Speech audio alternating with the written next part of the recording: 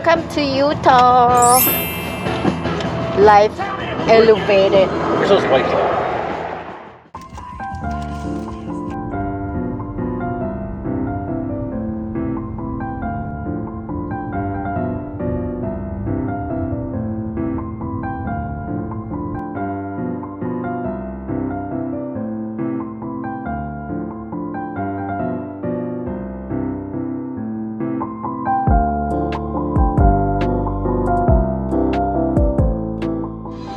Hello ทุกคนวันนี้เราก็มาอยู่กันที่ Zion National Park นะคะรัฐยูทาห์ Traffic not moving. ตรงนี้ก็เป็นทางเข้านะจ๊ะ Zion National Park Private Vehicle $35 รถมอเตอร์ไซค์30ถ้าเดินหรือขับหรือปั่นจักรยาน20เหมือนกับI think it's the same price as the other. They're all 35. Yeah. Every national park. Grand Canyon was the same thing. Okay. And then it's a historic tunnel 5 miles ahead. Hey, hey, hey.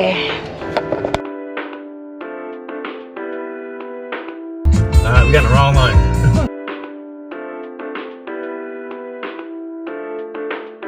I know, right? They climb up, cut it straight. Every single one straight line. Perfectly. Look at that. No, not quite perfect, but yeah. Cool. เหมือนกระดานหมากฮอสนะคะ ที่เขาบอก so cool ธรรมชาติสร้างเองสำหรับวันนี้ก็จะเป็นทริปขับรถชิลๆไปนะคะเราจะไม่ได้ลงไปไฮกิ้งปีนเขาที่ไหนใดๆนะคะเพราะว่าจังหวะวันและเวลานี่คือของเราไม่พอเราจะต้องไปที่ Salt Lake City ยูทาห์นะคะอุทยานแห่งชาติไซออนนะคะอยู่ในรัฐยูทาห์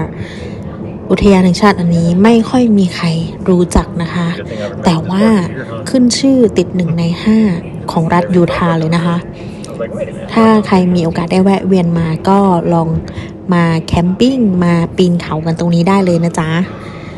สวยงาม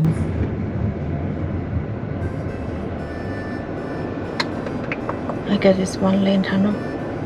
I don't know. So people stop. So This is where everybody's parking now. If we can't do the overlook, don't cry. It's like an arch.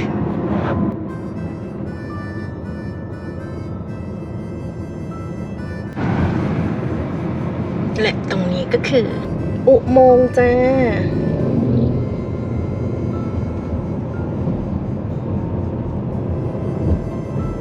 โอ้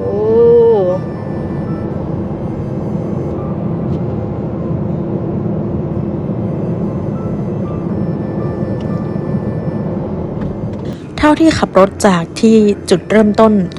มากลางทางนะคะก็ดูเหมือนว่า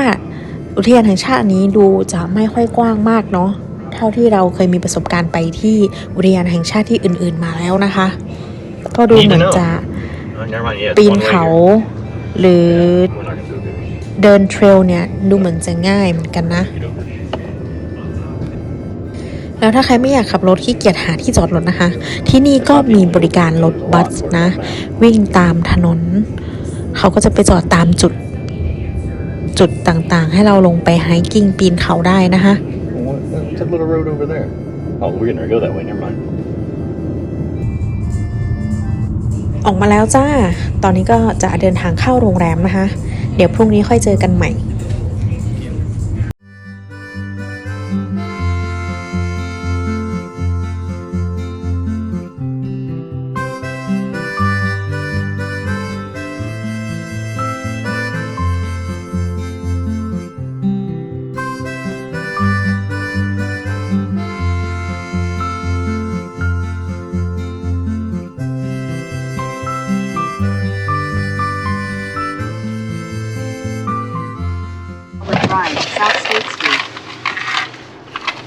เช้านี้เราก็มาอยู่กันที่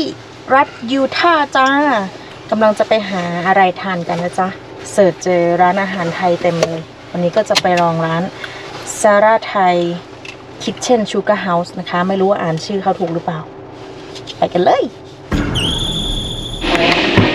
ตอนนี้ก็สั่งไปแล้วมีได้ชาไทยมา1 แก้ว 20 glasses. Up to mid. นี่อีสานเซตนะ19 เหรียญมากับข้าวเหนียว ส้มตำปูปลาร้าและก็หมูย่างจ้า มีแคบหมูให้ด้วยเลิศเวอร์ Make it a bit. Make it a bit. เกลี้ยงเลย อร่อยไหม Chai crab. Right. ฝนตกจ้าในซอลเลกซิตี้ตกไม่พอสักพักหิมะตกลงมาทุกคน เห็นน้ำแข็งไหมคะ เกาะเต็มกระจกรถเลย นี่แล้วจะลงไปยังไงล่ะเนี่ย ต้องไปหาซื้อร่มก่อนนะคะ ไม่งั้นคือเดินเที่ยวที่ไหนไม่ได้เลยอะตกแบบว่าหนักเลยค่ะ คือเปียกแน่นอน Cinco de Mayo in the snow. Snow in May แล้วเราก็มาอยู่กันที่ทาบุนาเกิลนะคะ ก็คือเป็นเหมือนโบสถ์แต่วันนี้เขามีจัดกิจกรรมอะไรสักอย่าง ก็เลยพยายามจะไม่ส่งเสียงดังนะคะ ก็มาแค่ถ่ายรูปแป๊บเดียว มาให้รู้ว่าได้มานะคะ ทริปค่อนข้างล่มไปเลย อากาศแบบนี้นะทำให้การเดินทางลำบากนะคะ ไปหาอะไรทานกันดีกว่า ก็เลยมาแวะทานโดนัทที่ร้านน้องหญิงน้องสาวของก๊อฟไม้นะคะ เราก็เป็นแฟนคลับเขาเนาะ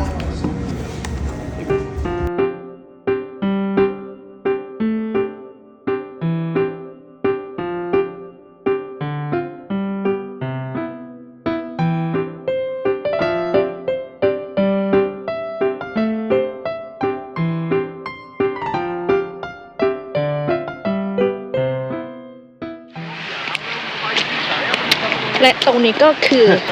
We'll walk up. Snow ทุกคนและตอนนี้เราอยู่ที่ State Capital of Utah นะคะด้านหลัง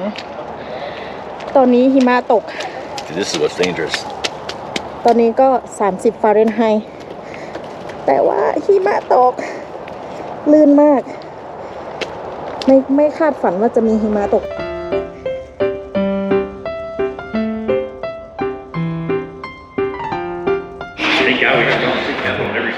ตอนนี้เราก็เข้ามาอยู่ข้างใน The State of Capital Utah นะคะ มันก็จะเป็นตึก แล้วก็ให้เราเดินชมประวัติศาสตร์ต่าง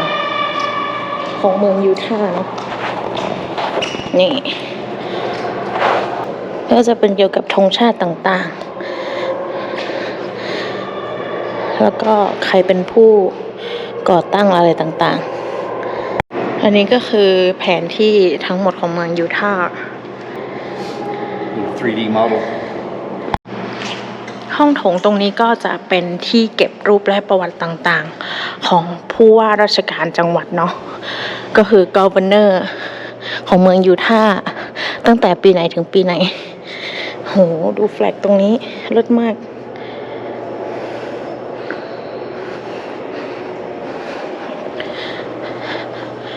วันนี้วันอาทิตย์นะคะ คนไม่ค่อยเยอะ แล้วก็หิมะตกหนักมาก คงไม่ค่อยมีใครแบบออกมาเที่ยว Footloose. That's a movie with Bacon. Stagecoach from 1939. That movie. Thelma and นี่เขาก็ Louise. จะบอก That was 2007 filmed Bonneville here. Salt Flat ฟิล์มหนังเรื่อง Pirate of the Caribbean เนาะ Most importantly is this one. Thelma and Louise. It's when they drove off into what everybody thought was the Grand Canyon, but it was a Dead Horse State Park. Very, very good movie. I have not seen that one Yes, you have. I have? Everybody has. อันนี้คือ It was on High TV the School other day. I just Musical watched Salt Lake City That's cool. This is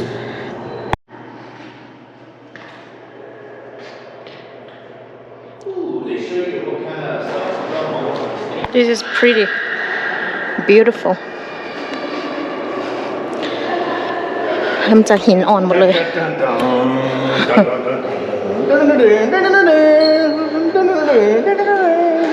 Ooh, look at that.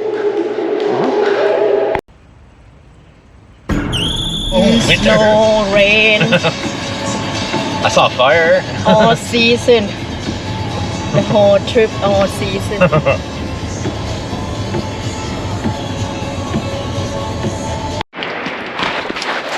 ทุกคนและตอนนี้เราก็มาอยู่ที่ The Great Salt Lake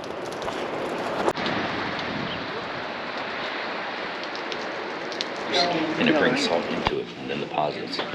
So the only way to get rid of the water is evaporation. ที่เราอยู่ตรงนี้ก็คือเป็นทะเลสาบน้ำเค็มนะคะ อยู่ทางตอนเหนือของรัฐยูทาห์เขาก็จะบอกความกว้างความยาวของทะเลสาบนะคะ ก็75ไมล์1ไมล์ก็ประมาณ 1.6 กิโลเมตร คูณไปนะจ๊ะ ไม่แน่ใจว่าเท่าไหร่ แล้วก็ทะเลสาบเนี่ยจะตกผนึกลงมาเป็นเกลือแบบนี้จ้าทุกคน อันนี้ก็จะเป็นประวัติในการค้นพบ Great Salt Lake นะคะ It's so large it creates its own snowstorms.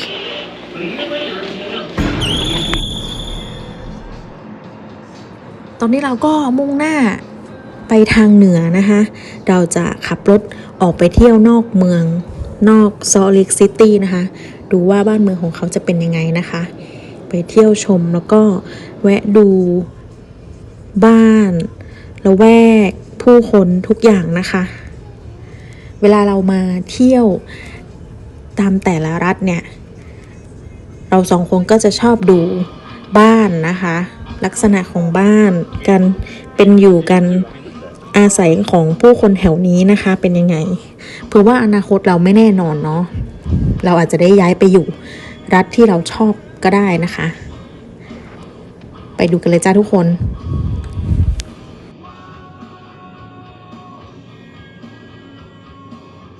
ตอนนี้เราก็มาอยู่ที่เมืองออกเดนนะคะ ก็ชมวิวทิวทัศน์แบบนี้กันไปนะจ๊ะขอบคุณที่ติดตามกันค่ะไว้เจอกันใหม่ในวิดีโอหน้านะคะ